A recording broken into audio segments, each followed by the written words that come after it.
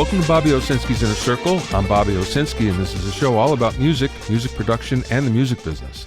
My guest today is Chris Townsend, the creator of the Sphere L22 modeling microphone.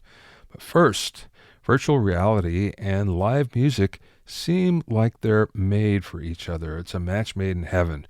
Well, why? Well, just think about it. One of the things that most people want to do is go to a show, but the vast majority of them can't make it for one reason or another. Now, this includes clubs, it includes larger venues, concert halls, even festivals. You'd like to go there, but you just can't travel that day, or you're working, or whatever the case. However, virtual reality now makes it possible that you can be at the show without actually being there. And venues all over the world are looking into this seriously as a new money-making opportunity.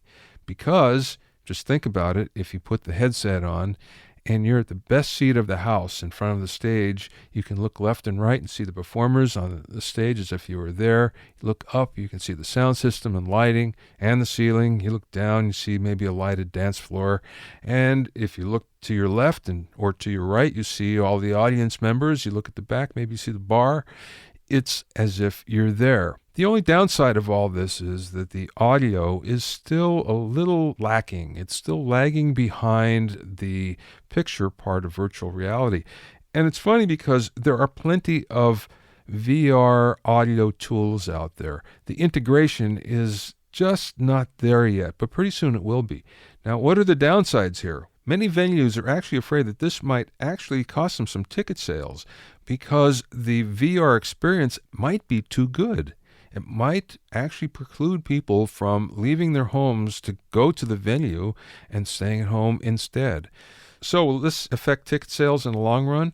We don't know, but it's pretty interesting the fact that this may be one of the first places where virtual reality actually takes off in the music world. If you have any questions or comments, send them to questions@BobbyOInnerCircle.com.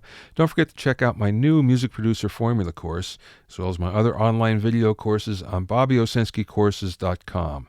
For more on my music industry and music production blogs, just go to BobbyOwsinski.com to find the links, where you can also read excerpts from my books. Now, there's an interesting story that just came out the last few weeks about a group of Israeli researchers from Ben-Gurion University that found out how they can reprogram PCs to turn headphones and earbuds into microphones. Yeah, just think about the security aspects of this, where all of a sudden you think that you're just listening to whatever it is that you're listening to on your cell phone, and in fact, somebody is listening into the conversation as well. It turns out that the Realtek audio codec that's used in most PCs, not Macs now, most PCs, is very vulnerable. No one ever even thought about the fact that this might be a security breach. So it's very easy to be reprogrammed to turn the output to an input, which of course then makes your earbuds or makes your headphones a microphone. Keep in mind, this is just a proof of concept. It's not that they actually did it. Well, they actually did it, but in fact, it's not out in the wild yet. But apparently, it's fairly easy to do, which makes you wonder, what might happen here? Will we have security measures that will be on all of our audio devices or our day-to-day computer devices? It looks like it's just around the corner because, of course, there's security concerns everywhere here. A bigger issue with all this is the fact that headphones, speakers, and microphones have not changed in their basic technology in more than 100 years. We're still moving air or capturing air the same way with a moving diaphragm. The way we do it may be different and it may be evolved, but the basic premise is still the same. So it would be really nice if we had some out-of-the-box thinking on how to actually improve that basic capture or replay technology, because that may solve the problem of security with our headphones, with our speakers, with our microphones, with our audio devices.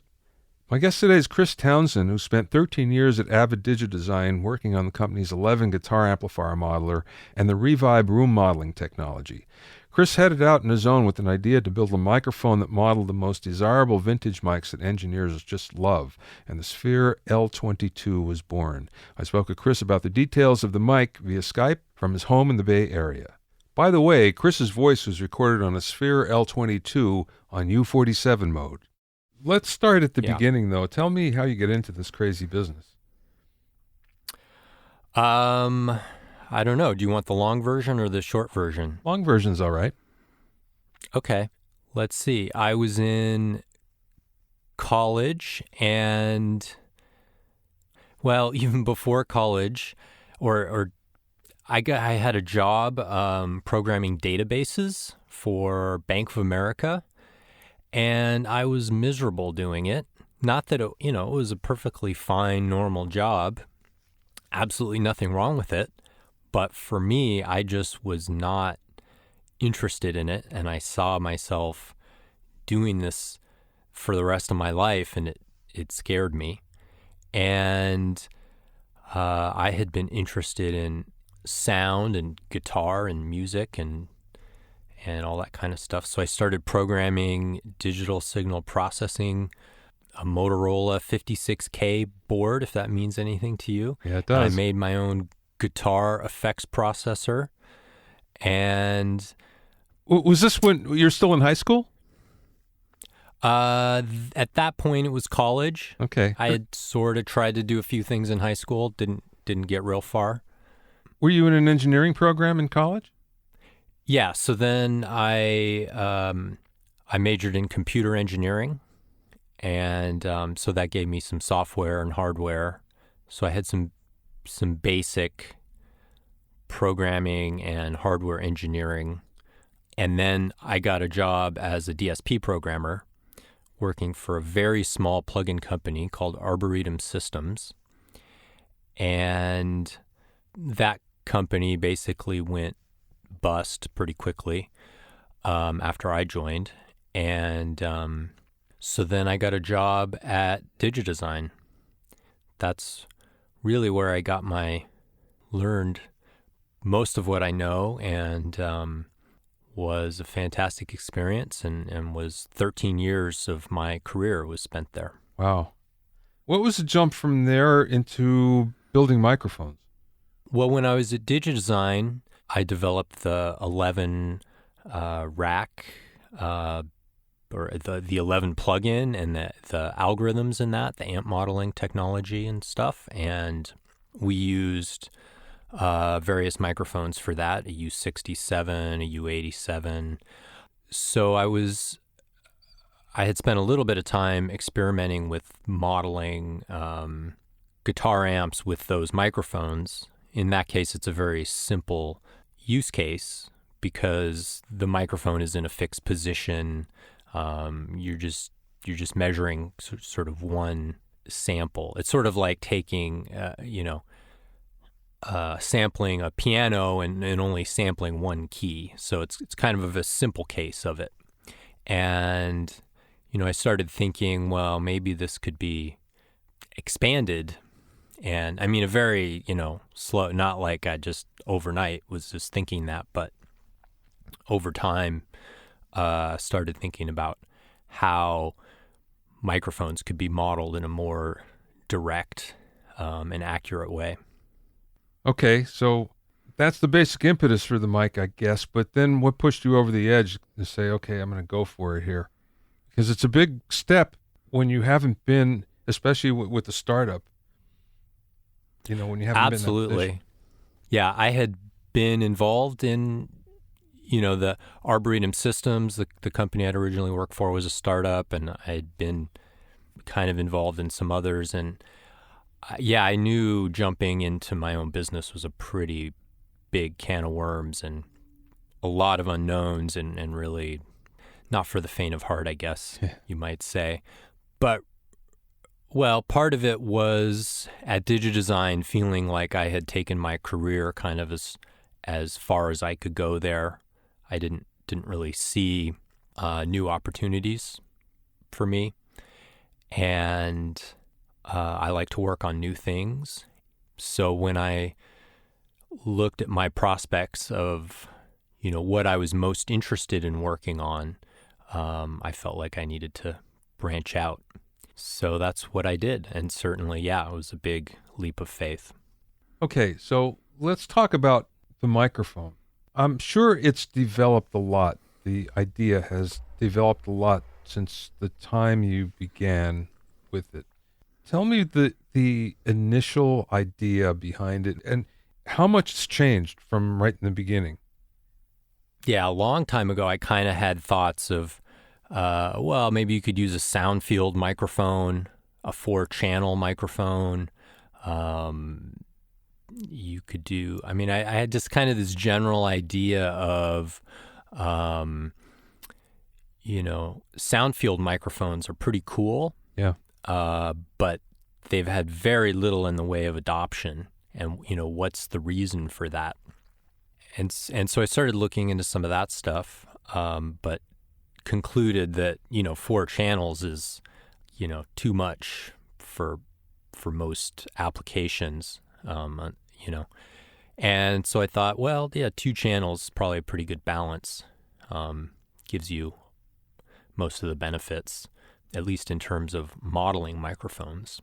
When you were modeling your original batch of microphones, how did you go about doing it? And the reason why I ask is I've talked to other boutique microphone manufacturers, and a few of them in particular said, yeah, on our C12, we modeled one, and then we realized it wasn't a very good sounding one, so we had to get 4 or 5 of them and pick the best one. And I even talked to one boutique manufacturer, told me he had a dozen that he collected from all the rental companies around Los Angeles, and they put them up and they picked the best one. So did you do something like that? And then the other question is, it's a taste issue. What sounds the best? So how did you go about figuring that out? Yeah, well, that's definitely a good question you bring up. I mean, when I started, just, when I wanted to do proof of concept, I figured, well, maybe at the very beginning, I'll just start with some new microphones. Maybe I could just get a new 414 or a new 87 and this is like from sort of day one of like, what am I going to do? And I knew that wasn't really going to get me all the way there, but it would just be, step one. And so I kind of did that, made some progress with that. And then I found a studio. I knew this guy in San Francisco, and he let me use his studio, and he had a 47 and some Coles and a C37A and some older 414s and various things. So that was sort of one more step in the proof of concept and giving me sort of a range. But, this was only one U47. So then, let's see, by now I've probably modeled 5 U47s. Maybe I'm at 6. I've modeled 5 C12s. I've modeled 3 U67s. I've modeled, I don't know. So yeah, I just keep adding to it. And then in terms of how to make a judgment of, what sounds best and which one to use, I mean, sometimes it's just, well, this is, have to kind of take a guess. I mean, sort of very early on, but, we put it in front of people. We ask their feedback.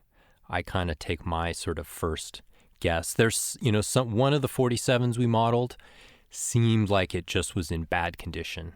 Like, to me, I just thought pretty clearly this is not a good example of a 47. It had some kind of wonky stuff in the high frequency in around 10 kilohertz. And 2 of the 47s that I modeled actually matched surprisingly well.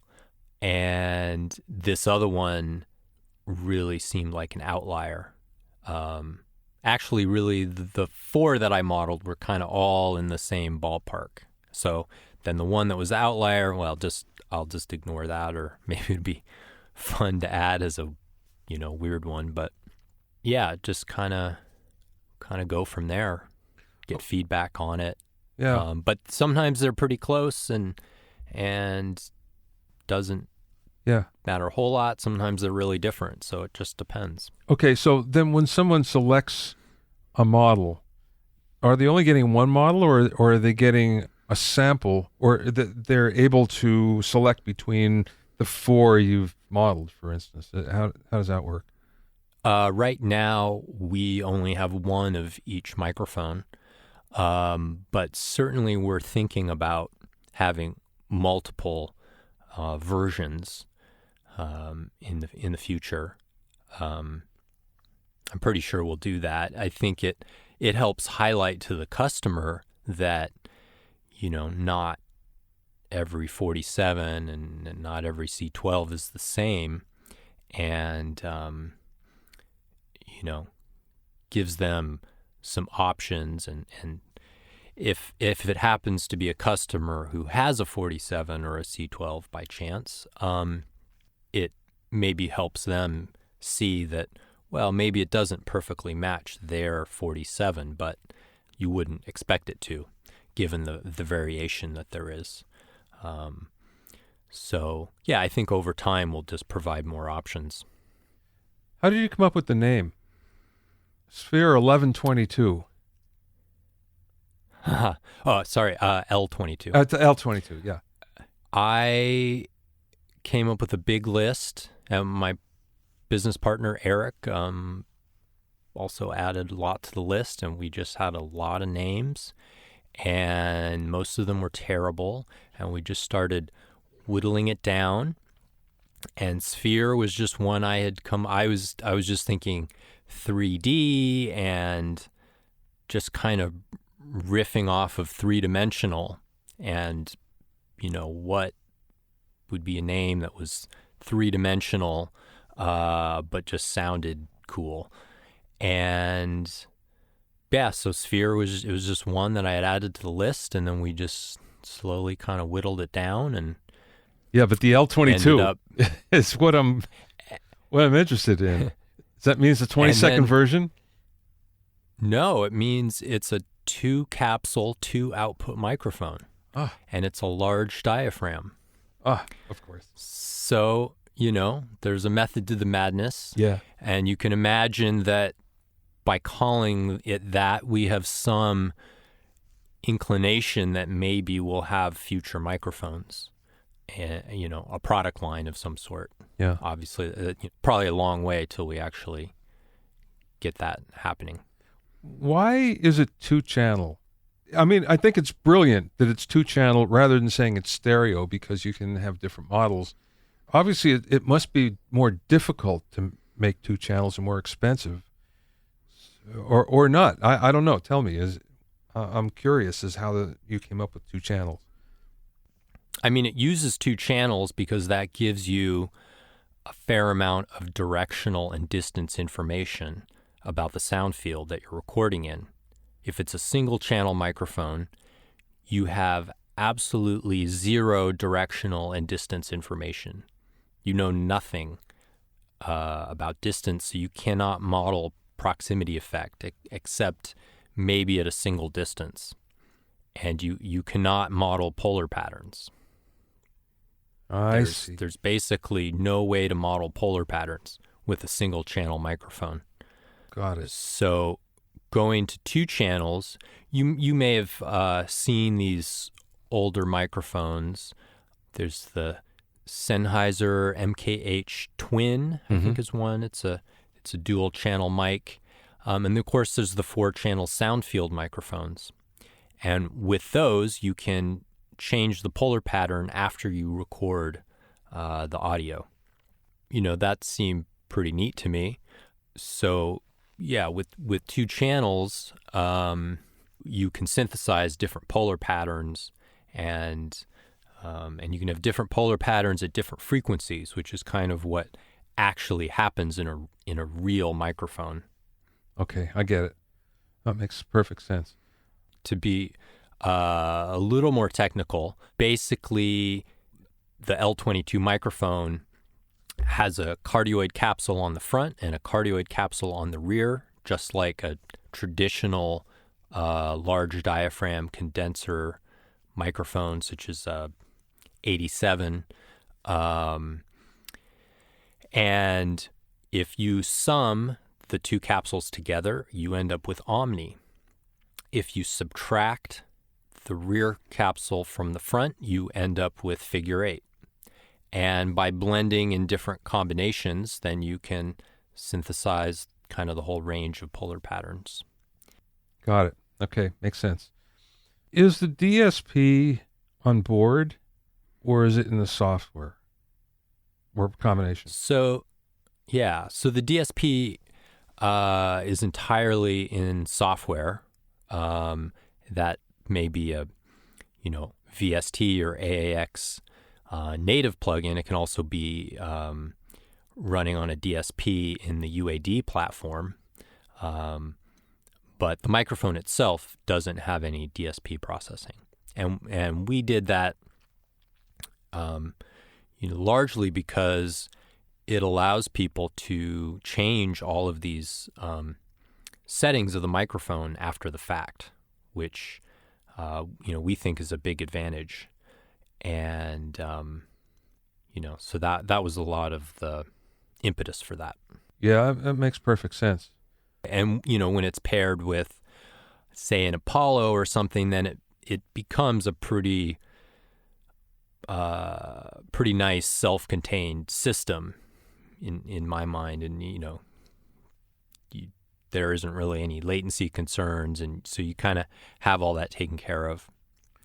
The other thing is putting a user interface on a microphone to control the different models and settings, and then to update the software in the microphone, the algorithms, and add new algorithms as you go seems like a really tricky process. Maybe you would use your phone or your cell phone to control the models on the microphone. But just the more we thought about it, just the more cumbersome all of that seemed. So figured it'd be better to bypass all of that. Could you use the microphone without the DSP? Absolutely, yeah. If you just plug in the front channel connector of the microphone, then it's just a traditional cardioid microphone. Cool. There are other manufacturers that are making similar products. Well, I shouldn't say similar. They're making modeled microphones. What is the difference between the L22 and the competition? Primarily, it's that it's a dual channel microphone and that it can model proximity effect and polar patterns. And so that means when we model a 47, for example, we're modeling the 47 at different distances. We're modeling it when you set it to the omni pattern. We're modeling it when you set it to the cardioid pattern. And we're modeling the frequency dependent polar pattern. So in the case of a 47, it's not necessarily exactly cardioid. It's kind of more supercardioid. It's a little more directional than cardioid, and it kind of depends on frequency. It goes a little bit more omni at low frequencies. And so we're able to model those kind of characteristics. I noticed there's a cal switch on it. What's that for? That just takes the front capsule and outputs it on both channels. And so it's just an easy way to make sure you have the same levels on your preamp channels. So that's the main thing you want to keep in mind when you use the L22. You want to set your preamp channels to have the same gain. And so with an Apollo or a modern recording interface that has digitally controlled preamps, generally you just hit the link button on the preamps and they stay linked and they're perfectly matched, and it's super easy. If you're using, say, an API or something like that, then maybe you would use the cal switch. But for many people, they wouldn't need to use the cal switch. Okay, that makes sense. So how many models do you have? You have a 47 and a 67, a C12. I saw even there was a 57 model in there, which was an unusual choice, I should say. But how many models do you have? It's 8 models plus a Sphere linear model and a Sphere linear diffuse model. And the Sphere linear model is basically designed for a flat on-axis response. And the Sphere diffuse model is for flat kind of from all directions. So if you're using it as a room mic or something, it will pick up the reverberation with a relatively flat response. That's cool. There's a lot of people that are doubters out there of modeling microphones. And I know that you had some golden ears that have gone through this, and I know Joe Ciccarelli is one, and I'd always respect whatever his response suggestion might be. But what would you tell people, what would be the main reason why they'd want to consider a modeling microphone, an L22, as opposed to just saying, well, I'll take that same money and I'll buy a boutique version of a microphone? And I know the versatility is a big thing, but is there's something else besides that? Yeah, I think there's a lot of different reasons. Of course, it depends on the customer and their particular needs and budget and all sorts of factors. Even if you have a fantastic microphone collection, you might want to buy Sphere. And,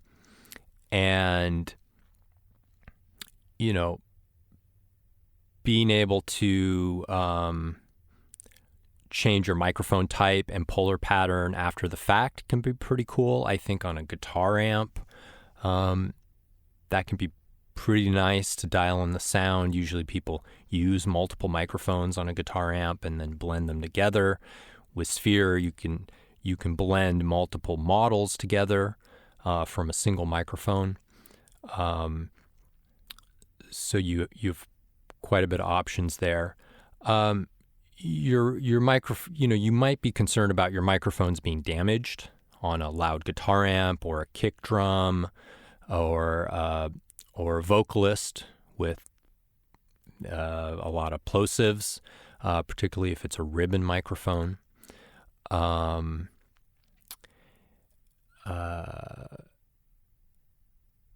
You might want something that you can travel with, that you're not, you could take with you on the road, and you're not scared about losing it or getting stolen. I mean, it's, Sphere isn't a cheap microphone, but it's replaceable, whereas some of these older microphones are getting to where they're irreplaceable. And these older microphones can also be a lot of work to maintain and can have some pretty significant problems. I'd say, quite a few of the microphones we modeled, as far as I could tell, were not functioning properly. Yeah. Really, they needed new diaphragms, and maybe had other problems. New diaphragms, I'd say, was the most common issue. Well, wait, let's go there for a second. The tolerances between Sphere microphones, what's that like? Or does it matter? Can you actually calibrate them via software so they're all the same?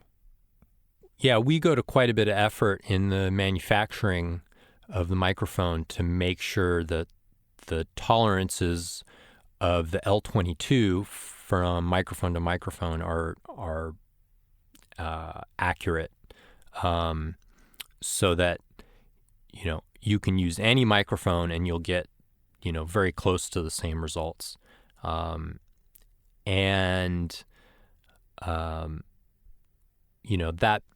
means the capsule's quite a bit more expensive because you need quite a bit more quality control.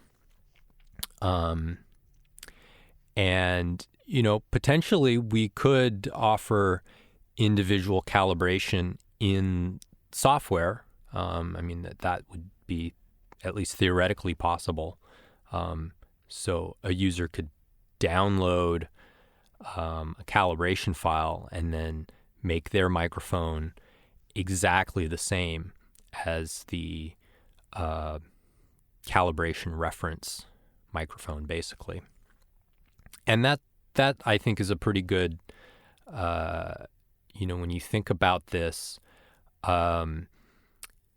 if we can go out and find, some really good microphones to model, which I think we have, that can be a better situation than a lot of people. If they just want to go out and buy a 47, it's pretty questionable if they're going to get a good one. I mean, it very much could be a lemon, and you need to know what you're doing if you're going to buy one of these old microphones. It's not just, I'll buy it on eBay and it'll be great. It could be terrible. Could be fantastic. It's hard to say, but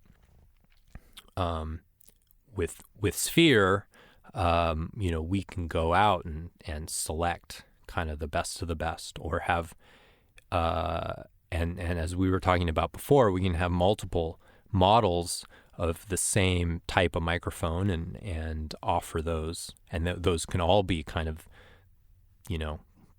within the best of the best. How long did it take for you to set up the manufacturing part of this? And I know that Eric, your partner, already has some experience in doing this, but I don't think in microphones, though, and that's kind of a different part of the world, the audio It world. is. Eric did. He distributed a microphone line in his previous career, but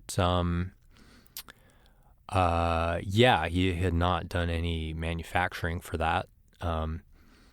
And we're building this microphone in China, and Eric had only had experience building production in the U.S., and so that was also very new. But we felt getting it built in China, where most microphones are built these days, really was the best option. Are you delivering yet? No, it's as of today, it's nearing the end of production, probably another couple weeks, hopefully, if all goes well, and then they'll get shipped to the U.S. We'll do another round of quality control. We'll measure every microphone, listen to every microphone, make sure that they're all in good shape, and then hopefully ship them out. Cool. Okay, so you did a crowdfunding campaign, which was pretty cool, and you met your goal. You did better than your goal. So what made you want to do that, a crowdfunding campaign?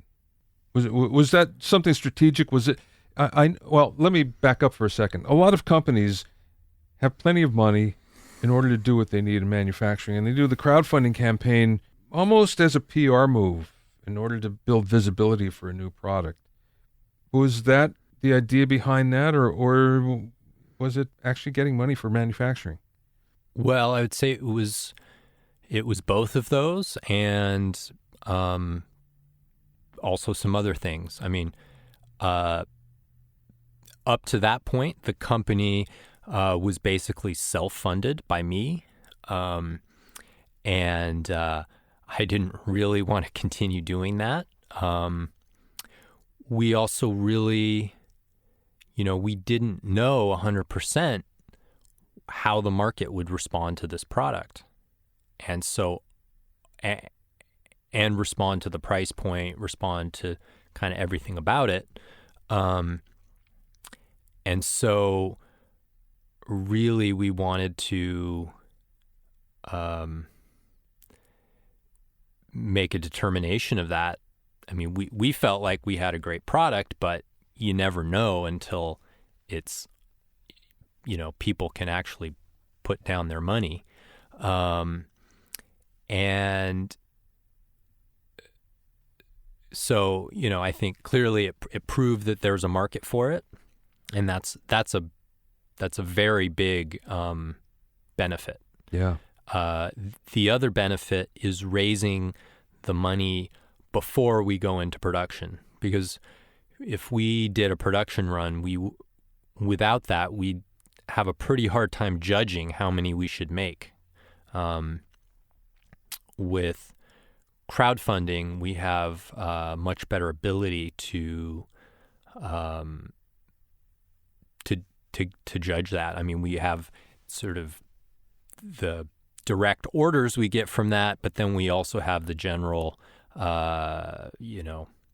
we ended up getting a lot of distributors and retailers contacting us saying, we want to distribute your product. So it was a huge benefit also in that respect. And so then we were able to further judge what the demand was. And then, as you mentioned, just general marketing of the product, I think is can be a big value of a crowdfunding campaign. The crowdfunding doesn't really do any marketing by itself.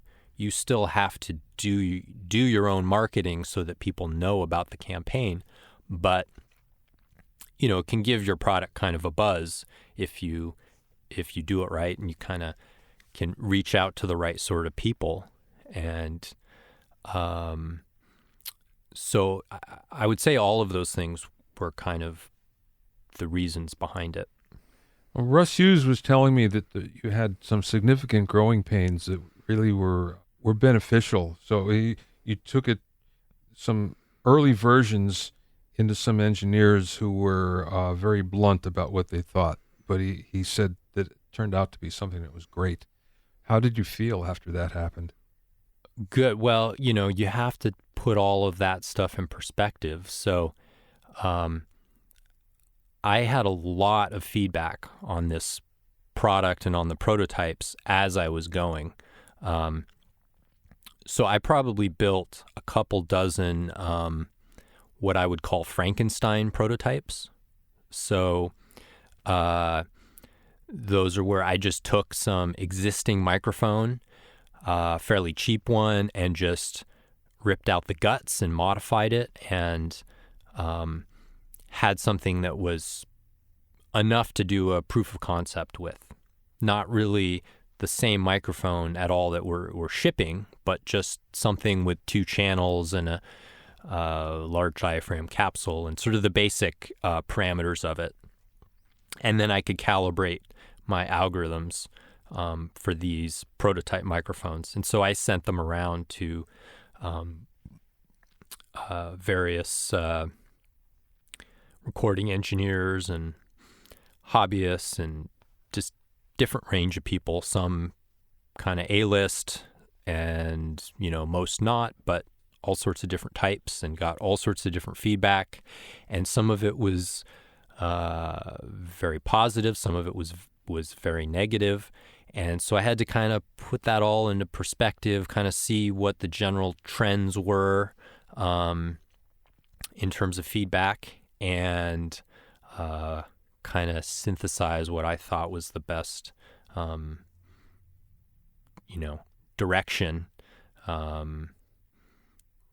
So yeah. I don't know. Does that answer your question? Well, yeah, I know. Anytime you get criticism and you get feedback, you have to weigh it with a grain of salt, because sometimes it can be very valuable and sometimes not so much. So yeah, I know that's a tightrope that everybody walks. Yeah. So I listened to every piece of feedback and considered it in some sense at least. And part of the thing that Russ is referring to is a product demo that we did a couple years back from a lot of A-list people, actually, and magazine reviewers, and Paul White, and some heavy hitters. And, those people, generally it was positive feedback. Some of them were like, well, this wouldn't really fit into my workflow. I want to use analog outboard gear. I want to, Yeah. So, I think we concluded that, this product isn't for everybody. We think it's for a lot of people, but You know, Yeah, I get it. If you're going to use some analog preamps, let's just say you have a couple of API preamps and you want to go through it. So you're obviously not going to be using the software, but could you record the 2 channels analog into your DAW and then later use the software in order to manipulate the sound? yes, absolutely. Okay, so there's no downside then to just recording analog through analog. Well, yeah. I mean, as opposed to a USB or Thunderbolt interface that has mic preamps built into it.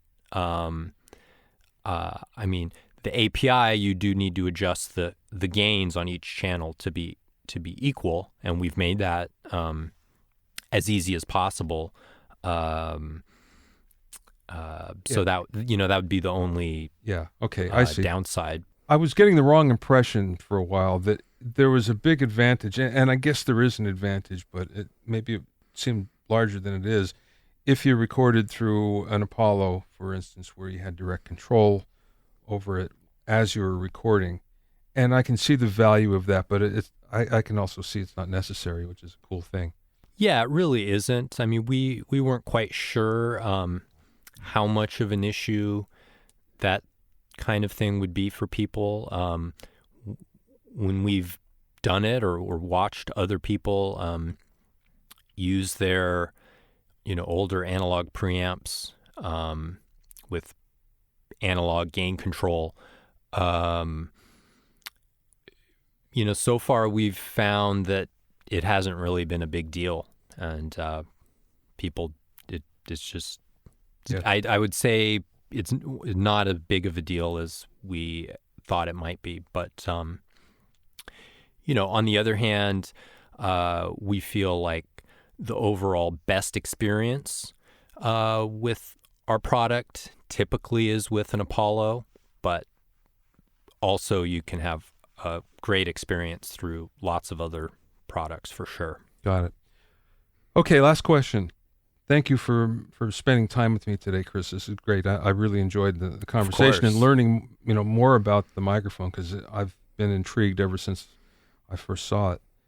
When you were going through this experience, this startup experience, the second startup experience, was there a piece of business advice that someone imparted to you, or something that you learned along the way that was kind of like an aha experience, or just something that you learned that you think was important?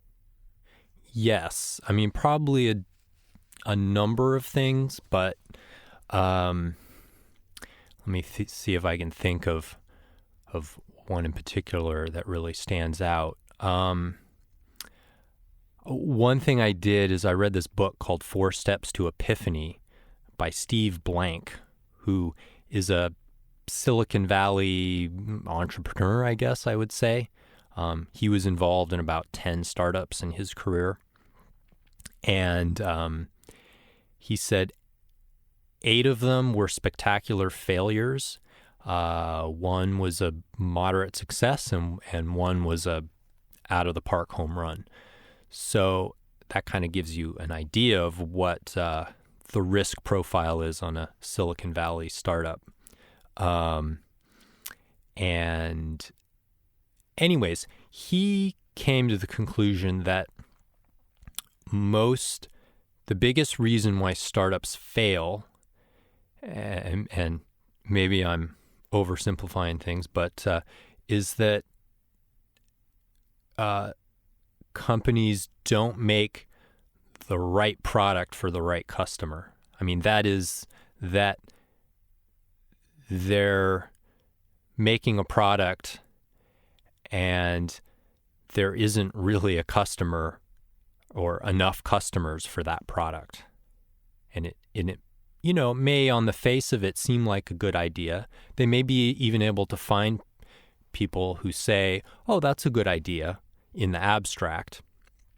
But when it comes to actually finding real people who are actually going to put their money down, I would say often for startups, it's because they haven't figured out exactly what the right product, they haven't really drilled down into what the customer wants and gotten outside of their office and outside of their head and in front of the customer, and to actually see it in action. That said, you also can't just directly accept what a customer or various customers tell you as this is what it should be. Customers don't necessarily know what they want exactly anyways. I'd say, especially when it's something new and innovative, very rarely do they. They kind of have to see it before they can appreciate it. I think that definitely is something we saw, that I would explain the idea to people and often get kind of a lukewarm response. But when I showed it to people, often the response was much better. And, I guess that probably shouldn't be that surprising. But it's definitely something that stood out. To find out more about the Sphere L22 modeling mic, just go to townsendlabs.com. That's TOWNSEND labs, all one word, townsendlabs.com. Thanks for listening and being in my inner circle. Remember, if you have any questions or comments, you can send them to questions@bobbyoinnercircle.com. To listen to other episodes of Bobby Owsinski's Inner Circle, go to bobbyosinski.com and select the podcast tab, or go to bobbyoinnercircle.com, or you can find it on iTunes, Stitcher, Mixcloud, or Google Play. At bobbyosinski.com and bobbyoinnercircle.com, you'll also find a sign-up form for my newsletter and for alerts for new podcasts. This is Bobby Owsinski. I will see you next time.